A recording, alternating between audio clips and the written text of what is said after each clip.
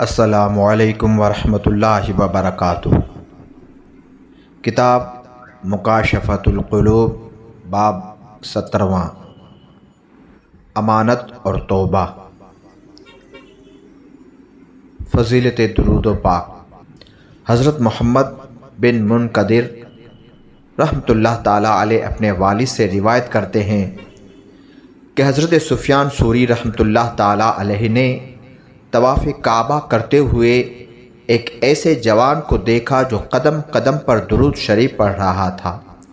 سفیان ثوری کہتے ہیں، میں نے کہا، اے جوان، تم تسبیح و تحلیل چھوڑ کر صرف درود شریف ہی پڑھ رہے ہو، کیا اس کی کوئی خاص وجہ ہے؟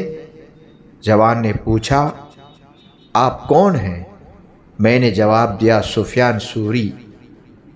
اس نے کہا، اگر آپ کا شمار اللہ تعالیٰ کے نیک بندوں میں نہ ہوتا تو میں کبھی بھی آپ کو یہ راز نہ بتاتا۔ ہوا یوں کہ میں اپنے باپ کے ہمراہ حج کے ارادے سے نکلا۔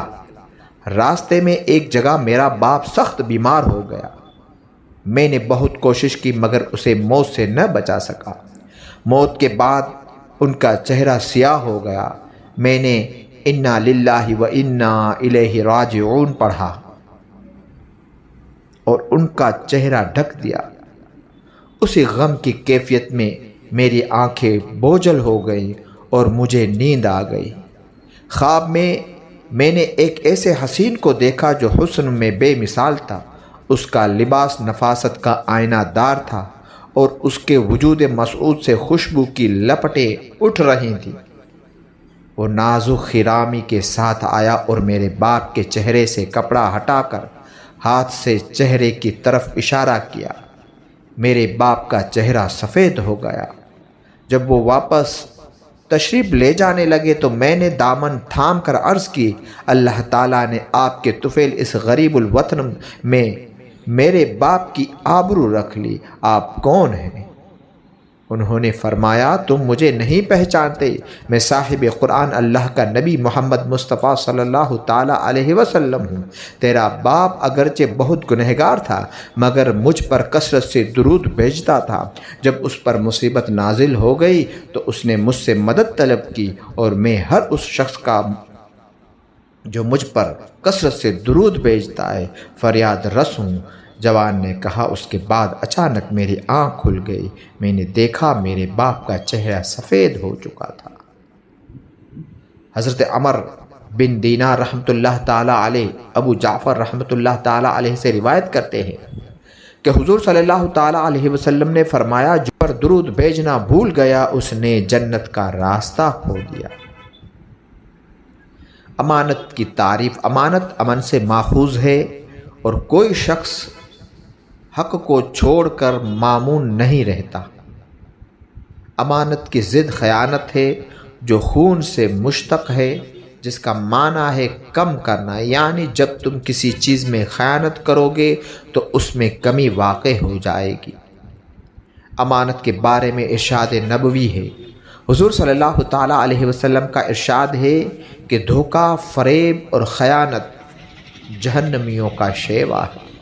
مزید ارشاد فرمایا کہ جس نے لوگوں کے ساتھ معاملات میں ظلم نہیں کیا اور ان سے جھوٹی باتیں نہیں کی، اس کی مرادیں مکمل ہوں گی، عدالت ظاہر ہو گئی اور اس سے بھائی چارہ رکھنا ضروری ہو گیا۔ ایک اعرابی قوم کی تعریف میں کہتا ہے، وہ امین ہیں، کسی کے ساتھ دھوکہ نہیں کرتے ہیں، کسی مسلمان کی حرمت کو پامال نہیں کرتے اور ان کے ذمے کسی کا حق باقی نہیں ہے، وہ بہترین قوم ہیں۔ اعرابی کے ممدوحین گزر چکے ہیں، اب انسانی لباس میں بھیڑیے پھرتے ہیں۔ جیسے کسی نے کہا ہے، اس شخص کے لیے جو انسان پر اس کی انابتوں کے باوجود بھروسہ کرتا ہے تو پھر عزت دار آزاد شخص کے لیے ٹھکانہ کہاں رہے گا؟ چند لوگوں کو چھوڑ کر باقی سب انسانی لباس میں بھیڑیے ہیں۔ ایک اور شاعر کہتا ہے، وہ لوگ چلے گئے جن کے فراق میں کہا جاتا تھا، کاش یہ شہر ویران ہو جاتے اور قیامت آ جاتی۔ حضرت حذیفہ رضی اللہ تعالی عنہ سے مروی ہے، حضور صلی اللہ تعالی علیہ وسلم نے فرمایا ان قریب امانت اٹھا لی جائیں گی، لوگ باہم تجارتیں کریں گے مگر امین کوئی نہیں ہوگا، یہاں تک کہ کہا جائے گا فلاں قبیلے میں فلاں آدمی امین ہے، یعنی امین آدمی ڈھونڈنے سے بھی نہیں ملے گا۔ توبہ کا جواب آیت قرآنی اور احادیث سے ثابت ہے، فرمان الہی ہے، وَتُوبُوا إِلَى اللَّهِ جَمِيعًا أَيُّهَا الْمُؤْمِنُونَ لَعَلَّكُمْ تُفْلِحُونَ۔ اس آیت میں اللہ تعالیٰ نے مومنوں کو حکم دیا ہے کہ وہ توبہ کریں تاکہ ان کو فلاح میسر ہو۔ دوسری آیت میں ہے یا ایھا الذین آمنوا توبوا الی اللہ توبۃ نصوحا۔ لفظ نصوح نصح سے ماخوذ ہے، جس کے معنی ہے خالصتاً اللہ تعالیٰ کے لیے توبہ کرنا جو تمام عیوب سے پاک ہے۔ توبہ کی فضیلت اللہ تعالیٰ کے اس فرمان سے ثابت ہوتی ہے ان اللہ یحب التوابین ویحب المتطہرین، بے شک اللہ تعالیٰ توبہ کرنے والوں اور پاک رہنے والوں کو محبوب رکھتا ہے۔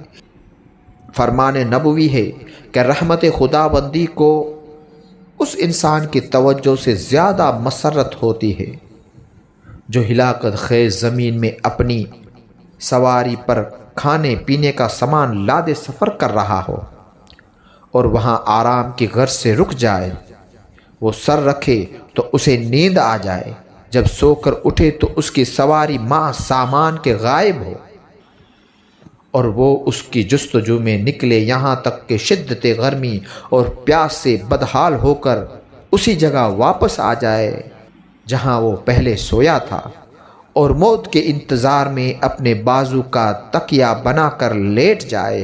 اب جو وہ جاگا تو اس نے دیکھا اس کی سواری ماں سامان اس کے قریب موجود ہے۔ اللہ تعالیٰ کو بندے کی توبہ سے اس سواری والے شخص سے بھی زیادہ خوشی ہوتی ہے جس کا سامان جاگنے کے بعد اس کو مل گیا ہو۔ حضرت حسن رضی اللہ تعالیٰ عنہ سے مروی ہے کہ جب اللہ تعالیٰ نے حضرت آدم علیہ السلام کی توبہ قبول فرمائی تو فرشتوں نے انہیں مبارکباد پیش کی۔ جبرائیل و میکائیل علیہ السلام حاضر ہوئے اور کہا اے آدم، آپ نے توبہ کر کے اپنی آنکھوں کو ٹھنڈا کر لیا۔ آدم علیہ السلام نے فرمایا اگر اس توبہ کی قبولیت کے بعد رب سے پھر سوال کرنا پڑا تو کیا ہوگا؟ اللہ تعالیٰ نے آدم علیہ السلام پر وحی نازل فرمائے کہ اے آدم، تو نے اپنی اولاد کو محنت اور دکھ تکلیف کا وارث بنایا اور ہم نے انہیں توبہ بخشی۔ جو بھی مجھے پکارے گا میں تیری طرح اس کی پکار کو سنوں گا، جو مجھ سے مغفرت کا سوال کرے گا میں اسے نا امید نہیں کروں گا، کیونکہ میں قریب ہوں، دعاؤں کو قبول کرنے والا ہوں۔ میں توبہ کرنے والوں کو ان کو قبر سے اس طرح اٹھاؤں گا کہ وہ ہنستے مسکراتے ہوئے آئیں گے، ان کی دعائیں قبول ہوں گی۔ فرمان نبوی ہے اللہ تعالیٰ کا دست رحمت رات کے گناہگار گاروں کے لیے صبح تک اور دن کے گناہ گاروں کے لیے رات تک دراز رہتا ہے، اس وقت تک کہ جب مغرب سے سورج طلوع ہوگا اور توبہ کا دروازہ بند ہو جائے گا، یعنی قیامت تک اللہ تعالیٰ بندوں کی توبہ قبول فرمائے گا۔ رسول خدا صلی اللہ تعالیٰ علیہ وسلم کا ارشاد گرامی ہے کہ اگر تم نے آسمان کے برابر گناہ کر لیے اور پھر شرمندہ ہو کر توبہ کر لی تو اللہ تعالیٰ تمہاری توبہ قبول کر لے گا۔ فرمان نبوی ہے آدمی گناہ کرتا ہے پھر اسی گناہ کے سبب جنت میں داخل ہو جاتا ہے۔ پوچھا گیا حضور وہ کیسے؟ آپ نے فرمایا گناہ کے بعد فوراً اس کی آنکھیں بارگاہ رب العزت میں اشک بار ہو جاتی ہیں۔ فرمانے حضور صلی اللہ تعالیٰ علیہ وسلم ہے کہ ندامت گناہوں کا کفارہ ہے۔ نبی کریم صلی اللہ تعالیٰ علیہ وسلم کا ارشاد گرامی ہے، گناہوں سے توبہ کرنے والا ایسا ہے جیسے اس نے کوئی گناہ نہ کیا ہو۔ حضور صلی اللہ تعالیٰ علیہ وسلم کی خدمت میں ایک حبشی حاضر ہوا اور عرض کی، یا رسول اللہ صلی اللہ تعالیٰ علیہ وسلم، میں خطائیں کرتا ہوں، کیا میری توبہ قبول ہوگی؟ آپ نے فرمایا ہاں۔ وہ کچھ دور جا کر واپس لوٹ آیا اور دریافت کیا کہ جب میں گناہ کرتا ہوں تو اللہ تعالیٰ دیکھتا ہے؟ آپ نے فرمایا ہاں۔ حبشی نے اتنا سنتے ہی ایک چیخ ماری اور اس کی روح پرواز کر گئی۔ زندگی کے آخری سانس تک توبہ قبول ہوگی۔ روایت ہے کہ جب اللہ تعالیٰ نے ابلیس کو ملعون قرار دیا تو اس نے قیامت تک کے لیے مہلت مانگی۔ اللہ نے اسے مہلت دے دی تو وہ کہنے لگا، مجھے تیری عزت و جلال کی قسم، جب تک انسان کی زندگی کا رشتہ قائم رہے گا میں اسے گناہوں پر اکساتا رہوں گا۔ رب العزت نے فرمایا، مجھے اپنے عزت و جلال کی قسم، میں ان کی زندگی کی آخری سانسوں تک ان کے گناہوں پر توبہ کا پردہ ڈالتا رہوں گا۔ فرمان رسول صلی اللہ تعالیٰ علیہ وسلم ہے، نیکیاں گناہوں کو اس طرح دور لے جاتی ہیں جیسے پانی میل کو بہا لے جاتا ہے۔ حضرت سعید بن مسیب رضی اللہ تعالیٰ عنہ سے مروی ہے کہ آیت فَإِنَّهُ كَانَ لِلْأَوَّابِينَ غَفُورًا اس شخص کے بارے میں نازل ہوئی جو گناہ کرتا، پھر توبہ کر لیتا، پھر گناہ کرتا اور پھر توبہ کر لیتا تھا۔ حضرت فضیل رحمۃ اللہ تعالیٰ علیہ کا قول ہے، رب ذوالجلال کا ارشاد ہے، گناہ گاروں کو بشارت دے دو، اگر وہ توبہ کریں تو میں قبول کر لوں گا۔ صدیقین کو متنبہ کر دیجئے، اگر میں نے اعمال کا وزن کیا تو انہیں عذاب سے کوئی نہیں بچا سکتا۔ حضرت عبداللہ بن عمر رضی اللہ تعالی عنہما کا ارشاد ہے، جو گناہوں کی یاد میں پشیماں ہو گیا اور اس کا دل خوف خدا سے کانپ گیا، اس کے گناہوں کو محو کر دیا جاتا ہے، باب توبہ کبھی بند نہیں ہوتا۔ حضرت ابن مسعود رضی اللہ تعالی عنہ سے ایک شخص نے دریافت کیا، میں گناہ کر کے انتہائی شرمندہ ہوں، میرے لیے توبہ ہے؟ آپ نے منہ پھیر لیا۔ جب دوبارہ اس شخص کی طرف دیکھا تو آپ کی آنکھوں سے آنسو روا تھے۔ فرمایا، جنت کے 8 دروازے ہیں، کھولے بھی جاتے ہیں اور بند بھی کیے جاتے ہیں، سوائے باب توبہ کے، وہ کبھی بھی بند نہیں ہوتا اور اسی کام کے لیے اس پر ایک فرشتہ مامور ہے، عمل کرتا رہ اور رب کی رحمت سے نا امید نہ ہو۔ روایت ہے کہ بنی اسرائیل میں سے ایک جوان شخص نے 20 سال متواتر اللہ تعالیٰ کی عبادت کی، پھر 20 سال گناہوں میں بسر کیے۔ ایک مرتبہ آئینہ دیکھا تو اسے داڑھی میں بڑھاپے کے آثار نظر آئے۔ وہ بہت غمگین ہوا اور بارگاہ رب العزت میں گزارش کی، اے رب ذوالجلال، میں نے 20 سال تیری عبادت کی، پھر 20 سال گناہوں میں بسر کی، اب اگر میں تیری طرف لوٹ آؤں تو مجھے قبول کر لے گا؟ اس نے ہاتف غیبی کی آواز سنی، وہ کہہ رہا تھا، تو نے ہم سے محبت کی، ہم نے تجھے محبوب بنایا، تو نے ہمیں چھوڑ دیا، ہم نے تمہیں چھوڑ دیا، تو نے گناہ کیے، ہم نے مہلت دی، اب اگر تو ہماری بارگاہ میں لوٹے گا تو ہم تجھے شرف قبولیت بخشیں گے۔ توبہ کے بارے میں سرور کونین صلی اللہ تعالیٰ علیہ وسلم کا ارشاد گرامی حضرت ابن عباس رضی اللہ تعالیٰ عنہما سے مروی ہے کہ حضور صلی اللہ تعالیٰ علیہ وسلم نے فرمایا، جب بندہ توبہ کرتا ہے اللہ تعالیٰ اس کی توبہ قبول کر لیتا ہے، محافظ فرشتے اس کے ماضی کے گناہوں کو بھول جاتے ہیں، اس کے اعضائے جسمانی اس کی خطاؤں کو بھول جاتے ہیں، زمین کا وہ ٹکڑا جس پر اس نے گناہ کیا ہے، وہ آسمان کا وہ حصہ جس کے نیچے اس نے گناہ کیا ہے، اس کے گناہوں کو بھول جاتے ہیں۔ جب وہ قیامت کے دن آئے گا تو اس کے گناہوں پر گواہی دینے والا کوئی نہیں ہوگا۔ حضرت علی کرم اللہ وجہہ سے مروی ہے، حضور صلی اللہ تعالیٰ علیہ وسلم نے فرمایا کہ مخلوق کی پیدائش سے 4000 برس قبل عرش کے چاروں طرف لکھ دیا گیا تھا۔ وَإِنِّي لَغَفَّارٌ لِمَن تَابَ وَآمَنَ وَعَمِلَ صَالِحًا ثُمَّ اهْتَدَىٰ، جس نے توبہ کی اور ایمان لایا اور نیک عمل کیے میں اسے بخشنے والا ہوں۔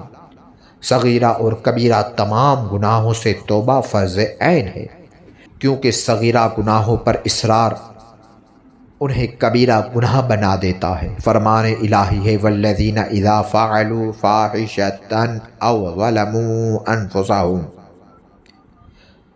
توبہ نصوح یہ ہے کہ انسان ظاہر و باطن سے توبہ کرے اور آئندہ گناہ نہ کرنے کا عزم صمیم کرے۔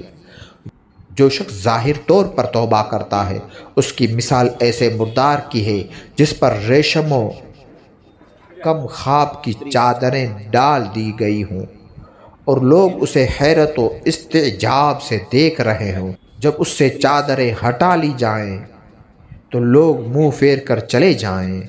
اسی طرح لوگ عبادت ریائی کرنے والوں کو تعجب کی نگاہوں سے دیکھتے رہتے ہیں، یعنی دکھاوے کے لیے عبادت کرنے والوں کو لوگ تعجب کی نگاہ سے دیکھتے رہتے ہیں، لیکن قیامت کا دن ہوگا تو ان کے فریب کا پردہ چاک کر دیا جائے گا اور فرشتے منہ پھیر کر چل دیں گے۔ چنانچہ رسول اکرم صلی اللہ تعالیٰ علیہ وسلم نے ارشاد فرمایا، اللہ تعالیٰ تمہاری صورتوں کو نہیں دیکھتا بلکہ تمہارے دلوں کو دیکھتا ہے۔ حضرت ابن عباس رضی اللہ تعالیٰ عنہ سے مروی ہے، قیامت کے دن بہت سے لوگ ایسے ہوں گے جو خود کو تائب سمجھ کر آئیں گے مگر ان کی توبہ قبول نہیں ہوئی ہوگی، اس لیے کہ انہوں نے توبہ کے دروازے کو شرمندگی سے مستحکم نہیں کیا ہو، توبہ کے بعد گناہ نہ کرنے کا عزم نہیں کیا ہوگا، مظالم کو اپنی امکانی طاقت تک دفع نہیں کیا ہوگا، اور آسان امور کے جواز کے سلسلے میں جو کام انہوں نے کیے ہیں اور ان سے طلب مغفرت میں انہوں نے کوئی اہتمام نہیں کیا، اور ان کے لیے یہ بات آسان ہے کہ اللہ تعالیٰ اس سے راضی ہو جائے۔ گناہوں کو بھول جانا بہت خطرناک بات ہے۔ ہر عقل مند کے لیے ضروری ہے کہ وہ اپنے نفس کا محاسبہ کرتا رہے اور اپنے گناہوں کو نہ بھولے۔ اے گناہوں کو شمار کرنے والے مجرم، اپنے گناہوں کو مت بھول اور گزشتہ غلطیوں کو یاد کرتا رہے۔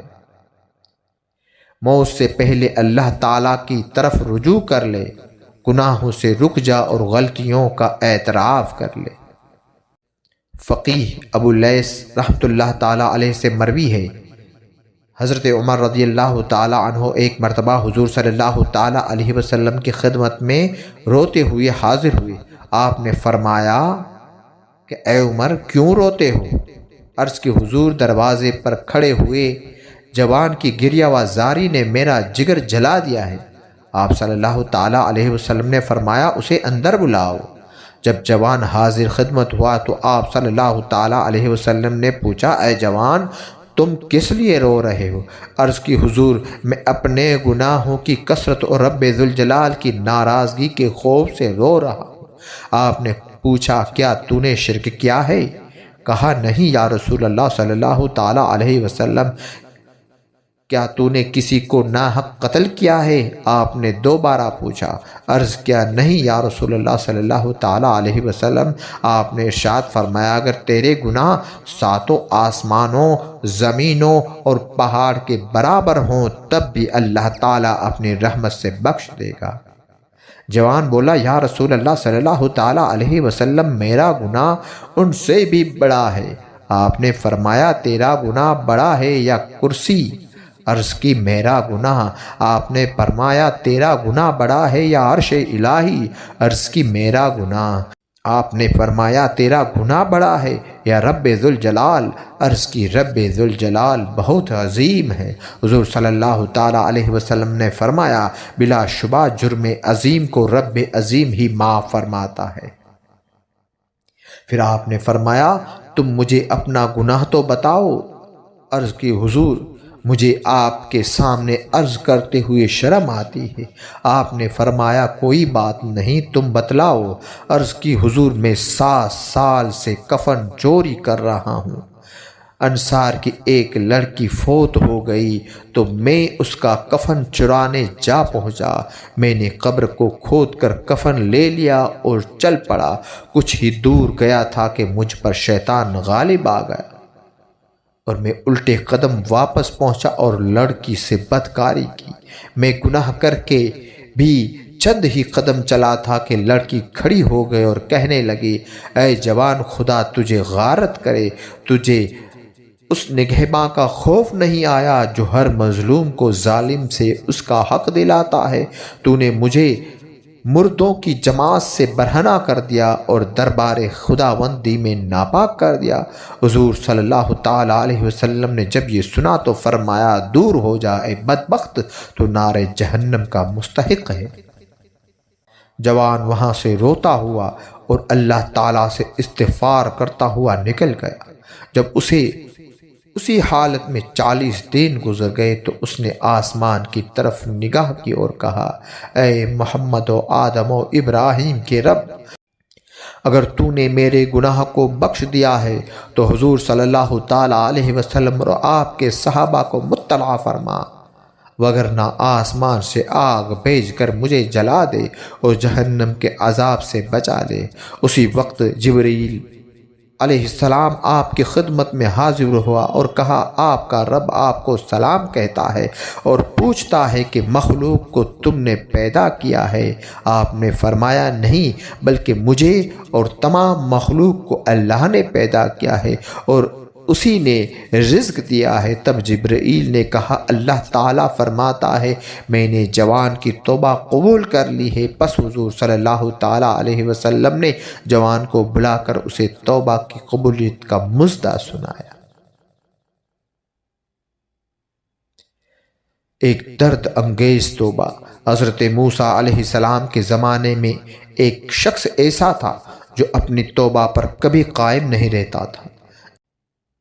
جب بھی وہ توبہ کرتا اسے توڑ دیتا، یہاں تک کہ اسے اس حال میں 20 سال گزر گئے۔ اللہ تعالیٰ نے حضرت موسیٰ علیہ السلام کی طرف وحی کی، میرے اس بندے کو کہہ دو میں تجھ سے سخت ناراض ہوں۔ جب حضرت موسیٰ علیہ السلام نے اس آدمی کو اللہ کا پیغام دیا تو وہ بہت غمگین ہوا اور بیابانوں کی طرف نکل گیا۔ وہاں جا کر بارگاہ رب العزت میں عرض کی، اے رب ذوالجلال، تیری رحمت جاتی رہی یا میرے گناہوں نے تجھے دکھ دیا؟ تیری بخشش کے خزانے ختم ہو گئے یا بندوں پر تیری نگاہ کرم نہیں رہی؟ تیرے عفو درگزر سے کون سا گناہ بڑا ہے؟ تو کریم ہے، میں بخیل ہوں، کیا میرا بخل تیرے کرم پر غالب آ گیا ہے؟ اگر تو نے اپنے بندوں کو اپنی رحمت سے محروم کر دیا تو وہ کس کے دروازے پر جائیں گے؟ اگر تو نے انہیں راندائے بارگاہ کر دیا تو وہ کہاں جائیں گے؟ اے رب قادر و قہار، اگر تیری بخشش جاتی رہی اور میرے لیے عذاب ہی رہ گیا تو تمام گناہوں کا عذاب مجھے دے دے، میں ان پر اپنی جان قربان کرتا ہوں۔ اللہ تعالیٰ نے موسیٰ علیہ السلام سے فرمایا، جاؤ اور میرے بندے سے کہہ دو کہ تو نے میرے کمال قدرت اور عفو درگزر کی حقیقت کو سمجھ لیا ہے۔ اگر تیرے گناہوں سے زمین پر ہو جائے تب بھی میں بخش دوں گا۔ رسول کریم صلی اللہ تعالیٰ علیہ وسلم کا ارشاد ہے کہ اللہ تعالیٰ کو گناہ گار توبہ کرنے والے کی آواز سے زیادہ محبوب اور کوئی آواز نہیں ہے۔ جب وہ اللہ کہہ کر بلاتا ہے تو رب تعالیٰ فرماتا ہے، میں موجود ہوں، جو چاہے مانگ۔ میری بارگاہ میں تیرا مرتبہ میرے بعض فرشتوں کے برابر ہے۔ میں تیرے دائیں بائیں اوپر ہوں اور تیری دھڑکن سے زیادہ قریب ہوں۔ اے فرشتوں، تم گواہ ہو جاؤ، میں نے اسے بخش دیا ہے۔ حضرت ذوالنون مصری رحمۃ اللہ تعالیٰ علیہ نے کہا، اللہ تعالیٰ کے بہت سے ایسے بندے ہیں جنہوں نے خطاؤں کے پودے لگائے، انہیں توبہ کا پانی دیا اور حسرت و ندامت کا پھول کھایا۔ وہ دیوانگی کے بغیر دیوانے کہلائے اور بغیر کسی مشقت کے لذت حاصل کی۔ یہ لوگ اللہ اور اس کے رسول صلی اللہ تعالیٰ علیہ وسلم کی معرفت رکھنے والے فصیح و بلیغ حضرات ہیں۔ وہ عدیم النظیر ہیں۔ انہوں نے محبت کے جام پیے اور مصائب پر صبر کرنے کی دولت سے مالا مال ہوئے۔ پھر عالم ملکوت میں ان کے دل غم زدہ ہو گئے اور عالم جبروت کے حجابات کی سیر نے ان کے افکار کو جلا بخشی۔ انہوں نے ندامت کے خیموں میں بسیرا کیا، اپنی خطاؤں کے صحیفوں کو پڑھا اور گریہ و زاری میں مشغول ہو گئے، یہاں تک کہ وہ اپنی پرہیزگاری کی بدولت زہد کے اعلیٰ مراتب پر فائز ہوئے۔ انہوں نے ترک دنیا کی تلخی کو شیریں سمجھا اور سخت بستروں کو انتہائی نرم جانا، تاں کہ انہوں نے راہ نجات اور سلامتی کی بنیادوں کو پا لیا۔ ان کی ارواح کو بہشت کے باغوں میں جگہ ملی اور ابدی زندگی کے مستحق قرار پائے۔ انہوں نے آہ و بکا کی خندقوں کو پاٹ دیا اور خواہشات کے پلوں کو عبور کر گئے، یہاں تک کہ وہ علم کے ہمسائے ہوئے اور حکمت و دانائی کے تالاب سے سیراب ہوئے۔ وہ فہم و فراست کی کشتیوں میں سوار ہوئے۔ انہوں نے سلامتی کے دریا میں نجات کی دولت سے قلعے بنائے اور راحت کے باغات اور عزت و کرامات کے خزانوں کے مالک بن گئے۔